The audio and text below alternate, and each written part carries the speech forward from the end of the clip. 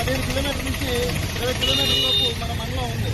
ఈ మండలాన్ని మన న్యాయపరంగా తీసుకుంటే మనకు న్యాయం దక్కించుకోకపోతే ఎస్పీ ఆఫీసర్కి వెళ్ళడానికి ఏమో అధికారుల్లో ఉండేది.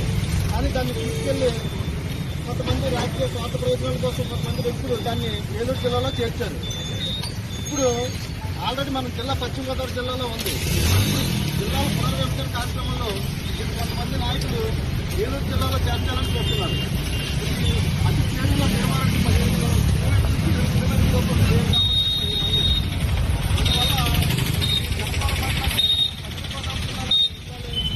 న్యాయ వ్యవస్థ కూడా పశ్చిమ గోదావరి జిల్లాలో చేర్చాలని మొత్తం అన్ని గ్రామాల నుంచి వచ్చి ఈ రోజు ఇక్కడ ప్రెస్ మీట్ పెట్టడం జరిగింది. దీనికి ఫస్ట్ నుంచి కూడా అంబేద్కర్ ఇండియన్ మిషన్ ప్రతి గ్రామంలోనూ ప్రజల నుంచి సంతకాలు సేకరించి రేపు గౌరవనీయులు నారాయణ మనోహర్ గారు నారాయణ గారికి ఇవ్వడం జరుగుతుంది. వీళ్ళందరూ కూడా రేపు పొద్దుగా వచ్చి ఈ యొక్క రిప్రజెంటేషన్ వచ్చి కమిటీకి ఇవ్వడం జరుగుతుంది. మరీ ముఖ్యంగా రాష్ట్ర ముఖ్యమంత్రి వారికి డిప్యూటీ సీఎం గారికి లోకేష్ గారికి తెలిసేది ఏంటంటే ఈ గణపవరం మండలం అతి చేరుతో పశ్చిమ గోదావరి దగ్గరలో ఉంది కాబట్టి దీన్ని పశ్చిమ గోదావరి జిల్లాలోనే ఉంచాలి.